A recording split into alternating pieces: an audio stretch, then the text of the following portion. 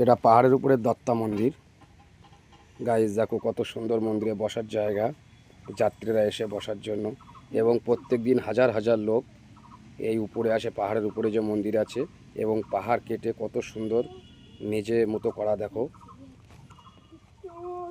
আর হাজার হাজার দর্শনার্থী প্রত্যেক দিন পুজো দিতে আসে ভগবান দেবদত্তাকে। আর চারিপাশে পাহাড়, একদম নিরিবিলি জায়গা। কত সুন্দর দেখো, মানুষ একদম সুষ্ঠু শৃঙ্খলাভাবে কীভাবে পুজো দিচ্ছে। কোনো হইচই নেই, কোনো তাড়াহুড়ো নেই। এই গাছটায় সবাই যে যার মনস্কামনা করে শুকনো গাছে বেঁধে যায়। দেখো কত সুন্দর এই বুড়িমা, দেখো পুজো দিতে এসছে। এনার মতন বয়স্ক মানুষও আসে এই পাহাড়ের উপরে উঠতে, কত কষ্ট, কিন্তু তাও এনারা এসছে পুজো দিতে। দেখো মহারাষ্ট্রের লোকের কেমনভাবে পুজো দেয়, কত শান্তিভাবে বসে আছে। ভিডিওটি ভালো সবাইকে দেখার সুযোগ করে দিও। চ্যানেলটাকে সাবস্ক্রাইব করে পাশে থেকো বন্ধুরা। আমি নতুন, আমাকে একটু সাপোর্ট করো এবং কমেন্টে লিখো কেমন লাগলো।